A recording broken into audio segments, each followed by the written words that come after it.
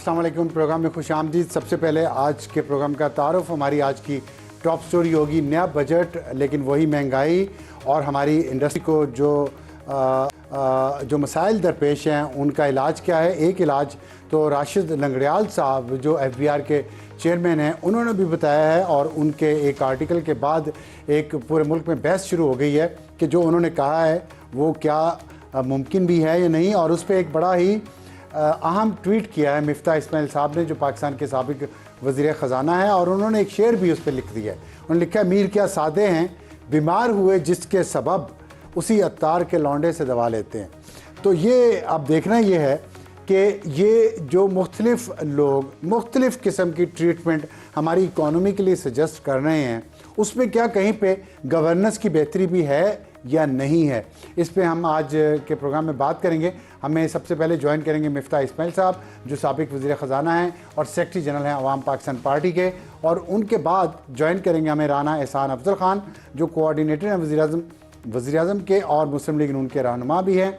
और हमारा आज का हॉट इशू होगा PTI अवाम से धोखाधड़ी कर रही है। ये मैंने नहीं कहा, ये कहा है अली मोहम्मद ख़ान साहब ने जो PTI के सीनियर लीडर हैं, और उन्होंने ये बात इसलिए कही है कि PTI ने आज़ाद कश्मीर इलेक्शंस के जो बाइकआउट किया है उसके ऊपर उनको एतराज़ात हैं और उनका ख्याल है कि इमरान खान ने ये कहा है कि हमें किसी भी इलेक्शन का बाइकआउट नहीं करना चाहिए, चाहे जैसे भी हालात हों हमें इलेक्शंस में हिस्सा लेना चाहिए। लेकिन PTI की मौजूदा जो क़यादत है उसने इसका बाइकआउट किया है, जिसके बारे में हम उनसे तफसील से बात करेंगे कि क्या वजूहात हैं जो उन्होंने इतना बड़ा इल्ज़ाम लगाया है। और हमारा आज का एडिटोरियल होगा हादसात और गवर्नेंस के मसाइल, क्योंकि आपने देखा लाहौर में एक छत गिर गई एक ट्यूशन सेंटर की जिसमें बहुत सारे बच्चे बेचारे अपनी जान से गए। बहुत ही दर्दनाक वाक़या है, अफसोसनाक वाक़या है, और इसमें असल वजह एक तो गुर्बत है, इस पर कोई शक नहीं, लेकिन जो गवर्नेंस के मसाइल हैं, जो रेगुलेटर का काम है, जो वजारतों का काम है, वो क्यों नहीं हो रहा, इस पर बात करेंगे आज के एडिटोरियल में। लेकिन शुरू करते हैं हम सबसे पहले मिफ्ता स्टोरी नया बजट वही महंगाई और वही मसाइल। मिफ्ता साहब, आपने एक बड़ा उनकी तारीफ़ की है, पता नहीं बैक हैंडेड तारीफ़ है ये क्या है, एक ट्वीट किया आपने राशिद लंगड़ियाल साहब के आर्टिकल में। तो क्या सजेस्ट करते हैं आप? आपके उसमें कुछ चीज़ें तो हैं, लेकिन थोड़ा सा आप बताएंगे कि कैसे मसाइल हल हो सकते हैं जिनकी तरफ राशिद लंगड़ियाल साहब ने अपने आर्टिकल में इशारा किया है। देखिए, राशिद साहब का आर्टिकल मैं समझता हूँ कि बहुत सही बात की अक्कासी कर रहा था कि हमने अपनी इंडस्ट्री के इर्द गिर्द इतनी टैरिफ की दीवारें खड़ी कर दी हैं कि जिससे वो यहाँ पे मुनाफा तो ज़्यादा कर लेते हैं क्योंकि फॉरेन कंपटीशन को हम रोकते हैं, लेकिन वो दुनिया भर से मुकाबला करने के लिए तैयार नहीं है। ये बात राशिद साहब की ठीक है। राशिद साहब ने फिर इस पे ये भी कहा कि देखो, हम इस वक्त अपनी जो एवरेज कस्टम ड्यूटी है वो 10% इम्पोर्ट की वैल्यू की है, हम उसको 6% पे लेके जाना पास। तो उस पर मैंने गुजारिश की कि देखो, ये 2013 में जब मुस्लिम लीग नून की हुकूमत आई और डॉक्टर साहब वज़ीर ख़ज़ाना बने, उस वक्त 6% थी और वो हर साल बढ़ाते रहे और फिर एक्सपोर्ट गिरती रही तो आप पुरम दस्तगीर को ब्लेम करते रहे, लेकिन मसला तो फाइनेंस के अंदर था। और जो तीसरी बात है वो ये कि देखें, आप अपने जिनको ये शाहीन कहते हैं हमारे एक्सपोर्टर, जिनको आप शाहीनों को छोड़ दें, लेकिन उनको आप लेवल प्लेइंग फील्ड तो दें ना। अगर हिंदुस्तान में, बांग्लादेश में, चाइना में, वियतनाम में, तमाम ममालिक में हमसे बिजली भी सस्ती हो और गैस भी सस्ती हो, तो फिर आप कैसे एक्सपेक्ट कर सकते हैं कि हमारा जो सनतकार है वो बैनुल अक़वामी मंडी में भी उनसे कम्पीट कर ले और अपने मुल्क में भी उनसे कम्पीट कर ले। इसकी सबसे अच्छी मिसाल जो है वो सिरेमिक इंडस्ट्री है। हमने जब चाइना से फ्री ट्रेड किया, उससे पहले पाकिस्तान में टाइलें, सैनिटरी वेयर की इंडस्ट्री बड़ी अच्छी चलती थी, लेकिन फिर हम उनको गैस नहीं देते थे बहुत अरसे तक। आपको पता है पंजाब के अंदर तो खास तौर पे इंडस्ट्री को गैस नहीं दी गई, मुल्क के शुमाल में काफी मसले थे। अब जब आपने उनको गैस बंद कर दी, बिजली कभी आ रही है कभी नहीं जा रही, उसको आप कहते हैं कि जाओ अब तुम चाइनीज इन्वेस्टर से कम्पीट करो, चाइनीज मैन्युफैक्चरर से, जिसको हम ड्यूटी फ्री या 6% ड्यूटी पे आने देंगे, तो वो नहीं कर सके, हमारी इंडस्ट्री बंद हो गई। सो हमको दोनों चीजें करनी है कि हमको अपनी जो बिजली और गैस की कॉस्टें हैं वो भी कम करनी है और साथ साथ जो है वो कस्टम टैरिफ का स्ट्रक्चर कम करना है, ताकि वो जो दीवार हमने फसील खड़ी करी हुई है राशिद साहब की ज़बान में, कि जो फसील खड़ी करी है हमारी इंडस्ट्री के तहत, वो गिर सके। और ये बात दुरुस्त है उनकी कि इससे वो किसने खड़ी की है फसील? सर ये देखें, अच्छा, ये मैंने भी एक आर्टिकल लिखा था, इसलिए हुकूमत ने खड़ी की है, और हुकूमत ये बात जो राशिद साहब की है मैं इससे डिसएग्री करता हूँ कि सिर्फ इन्फेंट इंडस्ट्री को प्रोटेक्ट करना है। सच्ची बात यह है कि पाकिस्तान हुकूमत का तकरीबन आधा रेवेन्यू जो है ना वो पोर्ट से आता है, चाहे वो कस्टम की सूरत में हो, चाहे वो income tax with holding tax कटता हो, चाहे वो सेल टैक्स कटता हो। हमारी इंडस्ट्री यहाँ पे जो माल बेचती है उसमें सेल टैक्स में चोरी भी होती है, इसमें झूठ की क्या बात है। लेकिन जब कस्टम के अंदर आता है तो पूरा पूरा सेल टैक्स देना पड़ता है। तो आधे से ज्यादा रेवेन्यू तो आपका जो है वो कस्टम पे आता है।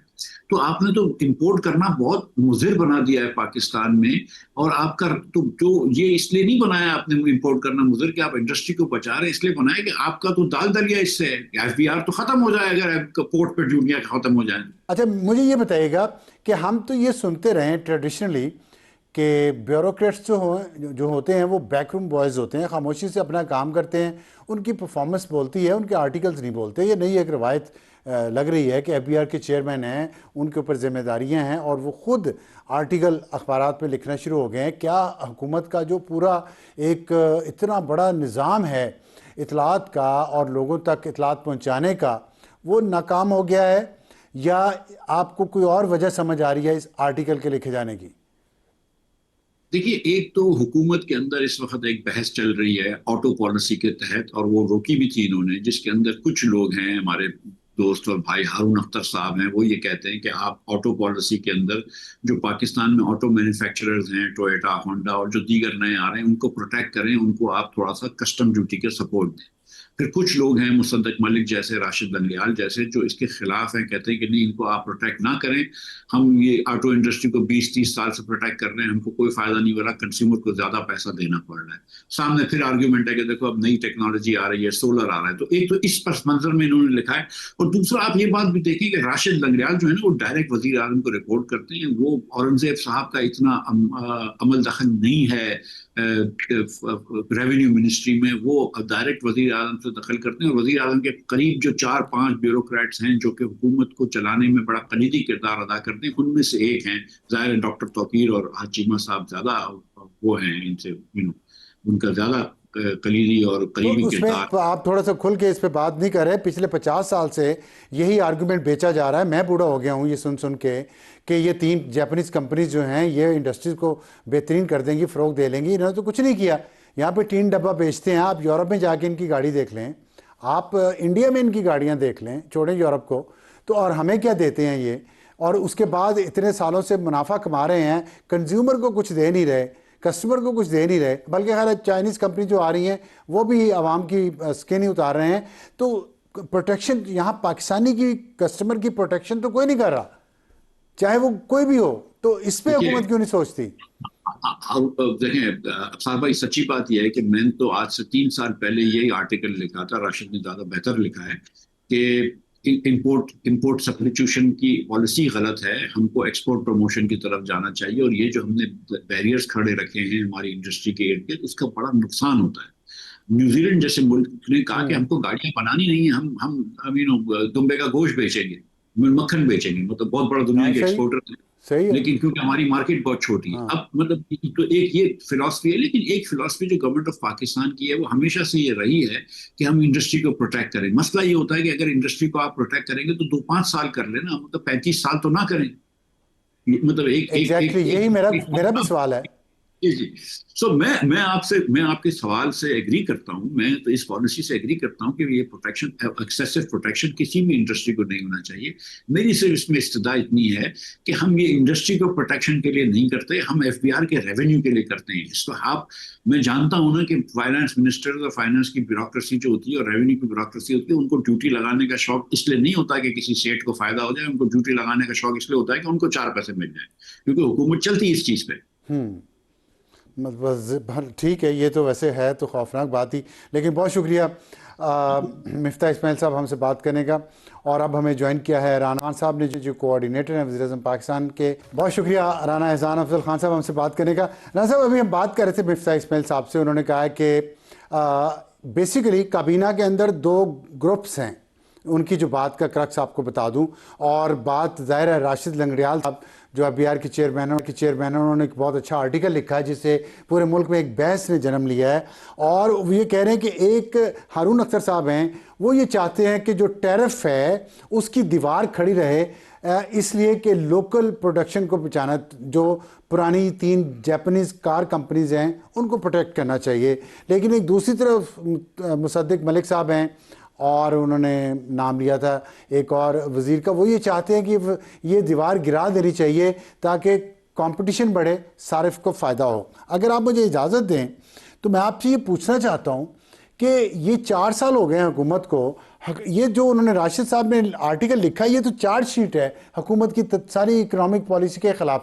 क्यों आप 4 सालों में इस दीवार को नहीं गिरा सके जो इस मुल्क में सनत की तबाही की वजह है? बिस्मिल्लाह रहमान रहीम। अब साहब देखें, ये हम दीवार गिरा चुके हैं। जो नेशनल टैरिफ पॉलिसी 2025-26 पिछले साल हमने लॉन्च की थी, उसने 200 अरब से गालबन टैरिफ को कम किया था, और इस साल भी तकरीबन 180 अरब से 7500 टैरिफ लाइंस जो हैं उसमें कमी वाक़ई हो रही है। देखें, हारून अख्तर साहब भी जो हैं वो ये नहीं कहते कि टैरिफ्स को बरकरार रखें, वो भी टैरिफ्स की कमी की बात कर रहे हैं।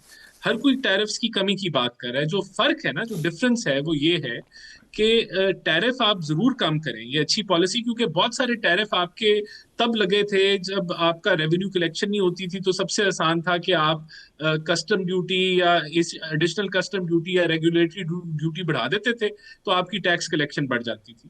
तो अब तो हम इसको रिवर्स कर रहे हैं। तो डिबेट क्या है? डिबेट ये है अच्छा, कि अगर जब तक जी अगर अगर एक सेकंड डिबेट पे आते हैं, उन्होंने उन्होंने उन्होंने आपकी इस बात का मैं एहतराम करता हूं, लेकिन उन्होंने कहा है जो आपने कहा पिछले साल हमने इसको पॉलिसी को बदला है, उन्होंने कहा अभी इस पॉलिसी को बने 1 बरस भी नहीं गुजरा कि वापसी की कोशिशें शुरू हो गई। सनतकारी और बरामदात ही के नाम पर कहा जा रहा है कि टैरिफ की दीवार गिरी तो सनत तबाह हो जाएगी, हम एक ताजर कौम बनकर रह जाएंगे। ये कौन कह रहा है आपके अंदर, और क्यों कह रहा है, जबकि वो उसी आर्टिकल में कह रहे हैं कि पिछले 75 साल से ही चल रहा है। एक तो ये बात तय होगी कि सब टैरिफ की कमी की बात कर रहे हैं। बहस किस चीज के ऊपर हो रही है? बहस ये हो रही है कि हम कह रहे हैं कि हमने आरडी रेगुलेटरी ड्यूटी को 0 ले जाना है 5वें साल के अख्ताम में, बल्कि चौथे साल में ही हो जाएगा, और हमने एडिशनल कस्टम ड्यूटीज को भी 0 कर देना है, और हमारी सिर्फ एक रह जाएगी, कस्टम ड्यूटी रह जाएगी, जिसके 3 या 4 स्लैब। जो एक जिस आप ग्रुप की बात कर रहे हैं, जो एक अल्टरनेटिव रहा है, वो ये कह रहे हैं कि हमें माइंड अप्लाई करना होगा, हर सनत को देखना होगा। उसकी बुनियादी वजह ये है कि आज आपकी बिजली की कॉस्ट महंगी है दुनिया के कंपैरिजन में, आपकी गैस की कॉस्ट महंगी है, आपकी टैक्सेशन आपकी ज्यादा है रीजनली, आप टैक्स रेट पे कंपेटिटिव नहीं है। उसके साथ आपकी बहुत सारी ईज ऑफ डूइंग बिजनेस के इश्यूज हैं, आपकी लॉजिस्टिक कॉस्ट महंगी है, आपका रेल नेटवर्क कार्गो नहीं। तो आप टैरिफ कम कर देंगे, और ये डिसएडवांटेजेस अगर सारी इंडस्ट्री जो है वो इसके साथ अगर चलेगी, और वो नहीं इंटरनेशनली फिर compete कर पाएगी, क्योंकि ये सारी बेसिक चीजें हैं जो हमें कम से कम उनको कंपेटिटिव रेट पे देनी चाहिए। तो वहां हमें अपना वो माइंड ठीक अप्लाई है, करना लेकिन वो होगा। कह रहे हैं कि तो ये सारी डिस्कशन जो है या पॉलिसी रिवर्स करने की जो कोशिशें हैं, ये नेशनल इंटरेस्ट में नहीं हो रही, ये सेल्फ इंटरेस्ट में हो रही हैं, ये ग्रोही मफादात की वजह से हो रही हैं। ये लिखा उन्होंने, मुर्तकिज़ मफादात अपने। देखिए, वो आपकी वो पॉलिसी मेकर हैं, वो पॉलिसी को बनाते भी हैं और इम्प्लीमेंट भी करते हैं, और वो बहुत ही अहम ओहदे पे हैं, और वो सिर्फ जवाबदेह भी प्राइम मिनिस्टर को हैं। तो ऐसे मामूली कोई आम किसी राइटर ने नहीं लिख दिया, एक मतलब सीनियर सरकारी एहलकार ने लिखा है।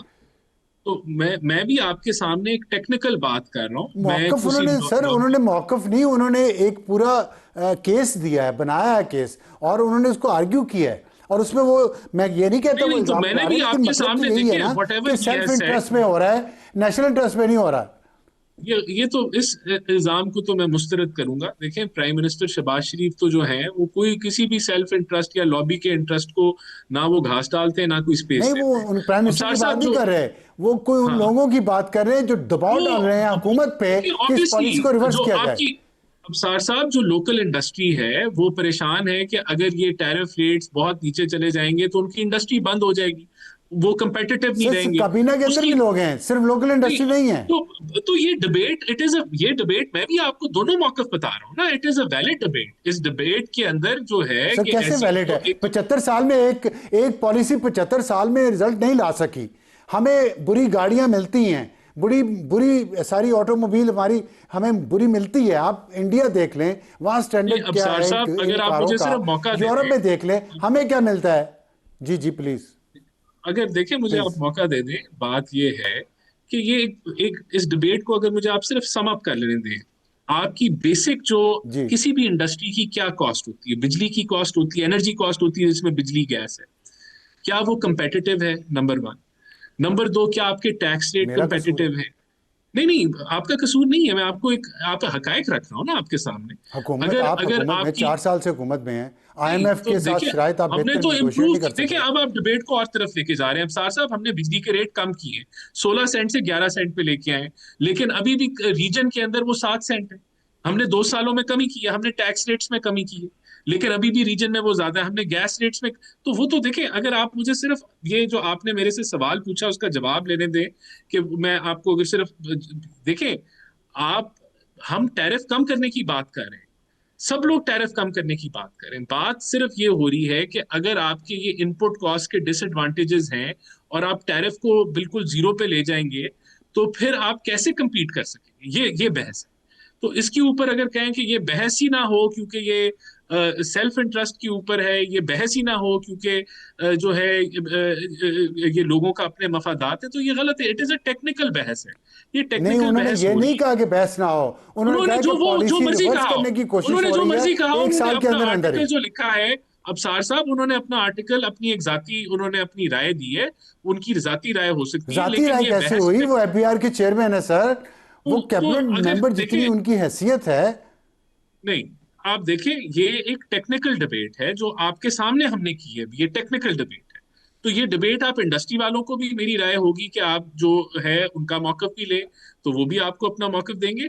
प्राइम मिनिस्टर ने क्या किया? प्राइम मिनिस्टर ने एक नेशनल टैरिफ कमेटी फॉर्म की हुई है, और इसी मकसद के लिए फॉर्म की हुई है कि वहां अगर कोई ऐसा सेक्टर है जो समझता है कि बंद हो जाएगा इन टैरिफ्स की वजह से, तो वो अपना केस बिल्डअप करेगा, वो अपना मौकफ जो है उसमें सबमिट कराएगा। फाइनेंस मिनिस्टर इसको चेयर करते हैं, सारी इकोनॉमिक मिनिस्ट्रीज और FPR समेत उसकी मेंबर है, मैं भी उसमें पार्टिसिपेट करता हूँ। तो उसके अंदर फिर वो एक कमेटी, सब कमेटी फॉर्म हो जाएगी जो इस मामला को देखेगी। टैरिफ पॉलिसी हमारी लागू है, हम टैरिफ्स को कम ठीक। कर रहे हैं, अगर कोई इंडस्ट्री रिस्क में जाएगी तो उसको फिर हम एनालाइज कर सकते हैं। उन्होंने जो ये मौकफ दिया है, तो कि कोई यहाँ कोई सेल्फ इंटरेस्ट के लिए या कोई और चीजों के लिए, ये उनकी राय है, लेकिन ये डिबेट जेन्युइन डिबेट है, ये नहीं डिबेट होनी चाहिए, और दुनिया भर में ये मैं आपकी राय का एहतराम करता हूँ राणा साहब, मैं आपकी राय का एहतराम करता हूं कि आपने कहा है कि ये उनकी राय है, लेकिन मैं ये जानता हूं अपने तजर्बे से कि अगर FBR चेयरमैन जी बात कह रहे हैं इन राइटिंग पब्लिकली एक आर्टिकल में कि इस पॉलिसी को रिवर्स करने की कोशिश हो रही है, तो उनके पास डेफिनेटली कोई सॉलिड इन्फॉर्मेशन होगी, खाली राय नहीं है। लेकिन बहुत शुक्रिया हमसे बात करने का। वक्त ब्रेक के बाद वापस आएंगे तो हमारा आज का हॉट इशू प्रोग्राम में दोबारा खुश आमदीद। हमारा आज का हॉट इशू PTI आवाम से धोखाधड़ी कर रही है या नहीं, इस पे बात करेंगे। हमें ज्वाइन किया अली मोहम्मद खान साहब ने, जो रुकने कौमी असम्बली है, पाकिस्तान तहरीक इंसाफ के रहनुमा हैं। उन्होंने एक ट्वीट किया है जिसमें उन्होंने ये कहा है कि मौजूदा क़यादत ने मुझे कमेटी से बाहर रखा है, उस कमेटी में जिसमें इमरान खान साहब ने मुझे शामिल किया था, और इसलिए मुझे बाहर किया है मौजूदा क़यादत ने क्योंकि मैं येस मैन नहीं हूँ, मगर पार्लिमानी और कोर कमेटी में इलेक्शन लड़ने का मशवरा दिया। सियासी जमात बायकॉट करते नहीं बल्कि सियासी अखाड़े में डट कर मुकाबला करते हुए जचती है। और ये उन्होंने ट्वीट किया चंद घंटे पहले उस फैसले के जो पाकिस्तान तहरीक इंसाफ ने किया कि हम आज़ाद जम्मू और कश्मीर के इंतखाबात का बायकॉट करेंगे, उस पर हिस्सा नहीं लेंगे। तो अली मोहम्मद खान साहब ये बताइएगा, आपने बड़ा सख्त ट्वीट किया है, तो क्या PTI की मौजूदा क़यादत अवाम से धोखा कर रही है, जिस तरह आपने अपने ट्वीट में भी कहा है? बिस्मिल्लाहिर्रहमानिर्रहीम, अल्लाहुम्मा सल्ली अला मुहम्मद व अला आलिहि व अस्हाबिहि वसल्लम। बहुत शुक्रिया अबसार आलम साहब, काफ़ी दिनों बाद आपके प्रोग्राम में जो है इज़हार राय का मौका मिला है। नहीं, मैं ये तो नहीं कहूंगा कि मैं अपने लीडरशिप या अपने जो हमारे ऑफिस बेरर्स हैं उनको ये कहूं कि धोखा दे रहे हैं। मैंने अपनी एक राय का इजहार किया है। मेरी एक राय है जो 2013 से है, और जो पार्टी को फॉलो करते हैं, जो मुझे जानते हैं, उनको इसका इल्म होगा कि मैं हमेशा दो चीजों पे बिलीव करता हूं। एक ये है कि जो भी फोरम हो उस फोरम पे आप अपना बेहतरीन परफॉर्म करें और जगह खाली ना छोड़ें। 2013 का जो इलेक्शन था, अफसार आलम साहब, थोड़ा मैं सॉरी आपको पीछे ले जा रहा हूं। 2013 का जब इलेक्शन हुआ, हम इधर आए, इमरान खान साहब हमें ज्यादा नहीं जानते थे, पहली मुलाकातें थी एज एन MNA। हम तो बचपन से उनके फैन हैं, हमारे हीरो हैं, लेकिन जाहिर है पहली बार उन्होंने हमें पहचाना कि ये मेरे MNAs हैं, क्योंकि नए नए मैं, मुराद सईद, शरियार खान अफरीदी और इस तरह की बहुत सी क़यादत आई थी। सदर का इलेक्शन था, हमारी कैंडिडेट थे जस्टिस वजीउद्दीन, और जो सदारती उम्मीदवार थे मुस्लिम लीग नून से मरहूम ममनून साहब थे, अल्लाह उनकी मग़फ़िरत फरमाए। पार्टी का तकरीबन फैसला हो चुका था कि हमने बॉयकॉट करना है। मैं एक यंग MNA, मैंने अपने लीडर इमरान खान साहब को कन्विंस किया, उनको कहा कि हाँ हम कम हैं, हम 30-35 हैं, लेकिन हम जेन्युइन अपोजिशन हैं। अगर हम इलेक्शन में खड़े होंगे तो पीपल्स पार्टी एक्सपोज होगी। और वो हुआ जब खान साहब ने मेरी राय से एग्री किया। और याद रखिए, बड़े बड़े नाम जिसमें जहांगीर खान तरीन साहब, इस तरह की लेवल के लोग जो हैं वो बॉयकॉट के हक में थे।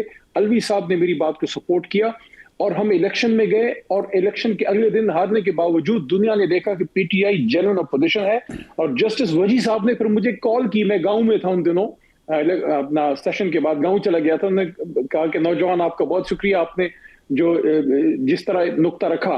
तो मैं तब से आज तक की बात कर रहा हूं कि बॉयकॉट मसले का हल नहीं है, आप जाएं और जो इश्यूज हैं उसको फोरम पे उठाएं। तो इसलिए मैंने पार्टी पे मशवरा दिया कि कश्मीर के इलेक्शन में वहां की जो अवाम है वो मियां साहब की जमात से और जरदारी साहब की जमात से, यानी नून लीग और पीपल्स पार्टी से नाला है उनकी पॉलिटिक्स से, इसलिए वो एहतजाज में भी निकले हैं।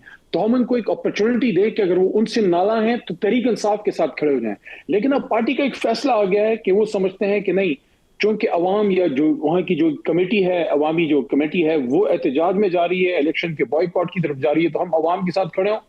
जो पार्टी का फैसला है, मैंने अपनी राय दी, लेकिन फैसले के बाद मैं पार्टी के साथ खड़ा हूं, क्योंकि मैं हमेशा पार्टी के जो रूल्स रेगुलेशन को फॉलो करने वाला आदमी हूं। हाँ, राय मैं खुल के देता हूं और मैंने डट के अंदर भी दी और बाहर भी।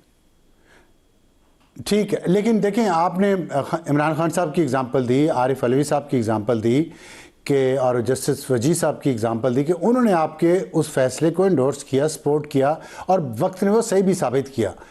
तो ये जो मौजूदा क़यादत है ये उसके उलट एक काम कर रही है, तो आप नहीं समझते कि ये गलत फैसला है और इन्हें नहीं करना चाहिए था? देखिए, मैं नहीं इमरान खान की उस स्पिरिट के खिलाफ है। दो बातें मैं अफसर साहब करना चाहूंगा। पहली बात, डायरेक्ट जवाब यह है कि मैं नहीं समझता कि फैसला किसी बदनीयती पे होगा, क्योंकि मैं तो कमेटी का हिस्सा नहीं हूं, मुझे नहीं पता अंदर क्या डिबेट हुई है। लेकिन हर चीज को डिसाइड करने के लिए प्रो और कॉन्ट्रा दो तरह के आर्ग्यूमेंट्स आते हैं। हो सकता है कि इलेक्शन ना लड़ने का आर्गुमेंट वहां भारी हो गया हो और उसके भी हक में दलाइल हुए होंगे, उसके खिलाफ भी हुए होंगे। इंटेंशन क्यों नहीं गलत होती? खान साहब ने पब्लिकली कहा कि PTI को ये नहीं करना चाहिए इलेक्शन का बायकॉट, तो जब उन्होंने पब्लिकली ये कह दिया, मना कर दिया, फिर भी किया, तो इंटेंशन तो फिर गलत हुई ना? नहीं, मैं फिर भी बदनीयती का इल्जाम लगाने से परहेज करूंगा, नामुनासिब है। इतना अलबत्ता मैं जरूर कहना चाहूंगा कि जो 2008 का इलेक्शन था, आपको याद होगा, जो APDM थी उस जमाने में, तो उसमें मियां साहब और वो बायकॉट किया था, गलत फैसला था PTI का, और काजी हुसैन अहमद साहब, अल्लाह उनकी मग़फ़िरत फरमाए, वो सब उसमें थे। मियां साहब फिर इलेक्शन में आ गए और काजी साहब और खान साहब बॉयकॉट पे चले गए, क्योंकि खान साहब तो जाहिर है वो स्ट्रेट फॉरवर्ड आदमी है। तो जब उन्होंने कहा कि भाई वो बॉयकॉट कर रहे हैं तो फिर उनका, लेकिन मियां साहब ने फिर वो चूंकि सियासी फैसला कर लिया। खान साहब ने, मेरे ख्याल में आपने भी फॉलो किया होगा, on more than one occasion Khan साहब ने कुछ दफा ये बात की है कि 2008 का इलेक्शन शायद बॉयकॉट सही फैसला नहीं था। ये वही बात है जो मोहतरमा बेनजीर भुट्टो शहीद साहिबा ने 85 का जो इलेक्शन हुआ था, जाहिर है हम तो उस वक्त बच्चे थे और आप भी बहुत यंग होंगे, लेकिन मोहतरमा ने ये बात मुझे करने दीजिए, सियासत में बड़ा नाम है मोहतरमा, उन्होंने ऑन रिकॉर्ड ये बात की है कि अगर उनकी पॉलिटिक्स में कोई रिग्रेट्स हैं तो one of the regret is, बड़ा रिग्रेट वो ये है कि 85 का उनको बॉयकॉट नहीं करना चाहिए था। और आपको ये भी देखिए अबसार साहब कि 2008 में जब जमात इस्लामी ने बॉयकॉट किया, उसके बाद से जमात इस्लामी वापस रीगेन नहीं कर सकी अपनी स्पेस। और मोहतरमा ने ये बात भी की थी कि अगर मुल्क में कहीं किसी जगह एक भी पीपल्स पार्टी का कुछ ज्यादा होगा तो हम उसको मौका देंगे कि वो हमारे कैंडिडेट के हक में वोट डाले। लेकिन अब एक फैसला हो गया है, ठीक है, we stand with that decision. ठीक है, लेकिन मुझे एक फिक्रा आपका मैं वो कोट करना चाहता हूँ, इजाज़त दें अगर आप। तो अगर हम इन इंतखाबात का बायकॉट करेंगे तो माफ़ी चाहता हूँ, ये आज़ाद कश्मीर की आवाम का इमरान खान से मोहब्बत के जज्बा से इंसाफ नहीं होगा, धोखा होगा। इससे वाज़े अल्फाज में आप इंटेंशंस को डाउट कैसे कर सकते हैं इस तहरीक इंसाफ की मौजूदा लीडरशिप पे? ज़ाहिर अभी फैसला नहीं हुआ था, मैं खुल के राय का इजहार करने वाला बंदा हूँ। खान साहब ने भी मुझे हमेशा बर्दाश्त किया है, तो ये जो क़यादत खान साहब ने बैठाई है ये भी बर्दाश्त करे। बहरहाल हमने साबित किया है। तो ये कर रही है बर्दाश्त आपको क़यादत? आप तो कह रहे हैं मैं यस मैन नहीं हूं इसलिए मेरी कमेटी में से निकाल दिया, तो बर्दाश्त तो आपको नहीं कर रही है। चले कमेटी में अंदर बाहर होता रहता है, लेकिन मेरे ख्याल में बर्दाश्त कर रहे हैं कर रहे हैं, बर्दाश्त कर रहे हैं। चलें, वो बर्दाश्त कर रहे हैं, लेकिन आप ये समझते हैं आज भी कि ये धोखा है खान साहब के साथ और आज़ाद कश्मीर के अवाम के साथ जो इलेक्शन का बायकॉट किया है पीटीआई ने? मेरी एक राय है कि कश्मीर में मैंने बड़ा वर्क किया है। 2015 में पहली बार बतौर एमएनए, एक नौजवान एमएनए, कि मैं कश्मीर अपने आईएसएफ कन्वेंशन में गया।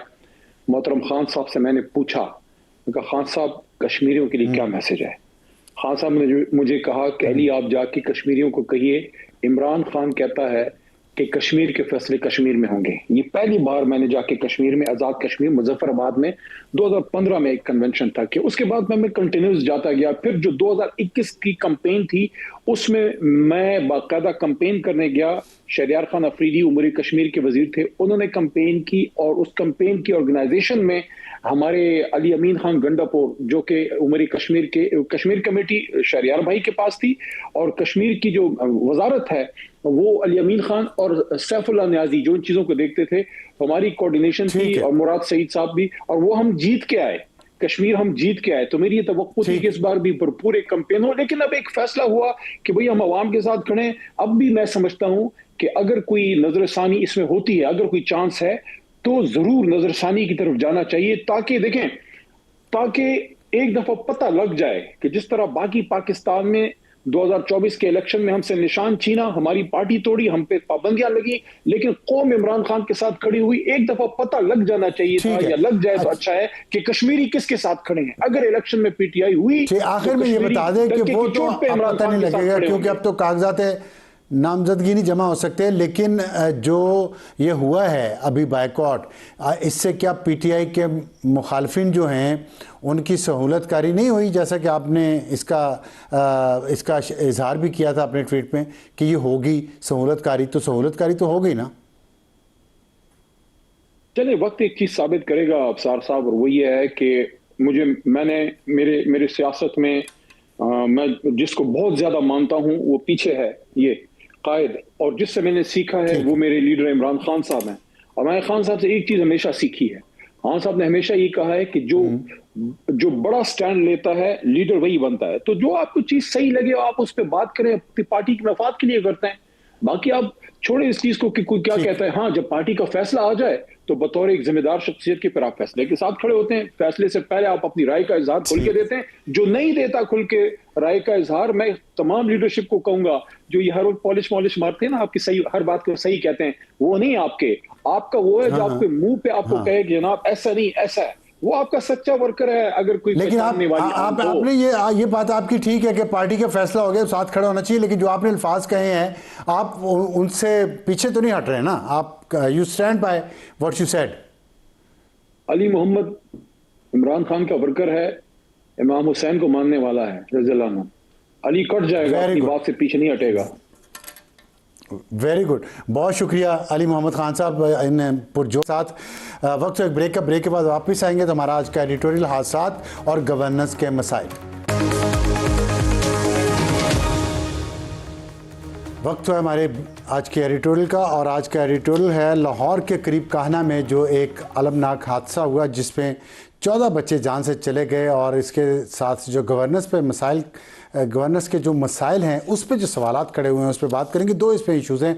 एक तो ये कि ट्यूशन सेंटर्स अगर बनाए जाते हैं तो क्या उनकी कहीं रजिस्ट्रेशन होती है महकमे तालीम के साथ या किसी और महकमे के साथ, और क्या वहाँ पे जाके जायज़ा लिया जाता है कि बच्चों को जो पढ़ाया जा रहा है वो क्या पढ़ाया जा रहा है, किस जगह पे पढ़ाया जा रहा है। कुछ ना कुछ तो SOPs होंगे। और दूसरी ये कि जो बिल्डिंग के कवानीन हैं उस पे अमल दरामद करवाना लोकल इंतज़ामिया का काम है, और इस एजुकेशन सेंटर्स किस तरह चलाए जा रहे हैं इस पे अमल दरामद देखना ये महकमे तालीम का काम है। लगता है कि दोनों महकमे शदीद तरीन नाकाम हुए हैं, और ये कोई पहला मौका नहीं है कि ऐसे हादसा हुए हैं। इस मुल्क में गुर्बत इतनी है कि लोग चाहते हैं कि वो अपने बच्चों को तालीम दिलाएं, इसलिए वो स्कूल के बाद ट्यूशन सेंटर्स में भी भिजवाते हैं। अब ट्यूशन सेंटर जिसमें ये जा रहे थे इसकी फ़ीस बहुत कम है, गरीबों के बच्चों के लिए गरीबों की जगह पे बना हुआ था, और वहाँ पे वो अपनी छत की मरम्मत कर रहे थे। ना उनकी नीयत ख़राब थी, ना भेजने वालों की नीयत ख़राब थी, लेकिन जो प्रॉब्लम है असल वो गुर्बत है नंबर 1, और नंबर 2 गवर्नेंस है जो हमारी इस वक्त इंतहाई शदीद तरीन बहरान का शिकार है। कोई महकमा, कोई रेगुलेटर अपना काम ना करता है, ना ईमानदारी से करता है और ना सही तरीके से करता है। अगर ये दोनों इदारे अपना काम सही तरीके से कर रहे होते तो शायद ये 15 या 14 जानें बचाई जा सकती थी, और ऐसे हादसे मुसलसल होते रहते हैं। लेकिन हम इसकी खबरें बताते हैं और फिर आगे चल पड़ते हैं, अगले हादसे का इंतज़ार करते हैं। अल्लाह ताला हमारे मुल्क को इन हादसा से बचाए, और अब तो दुआ ही कर सकते हैं कि या अल्लाह इस मुल्क में गवर्नेंस को ठीक कर दे। आमीन। Good night.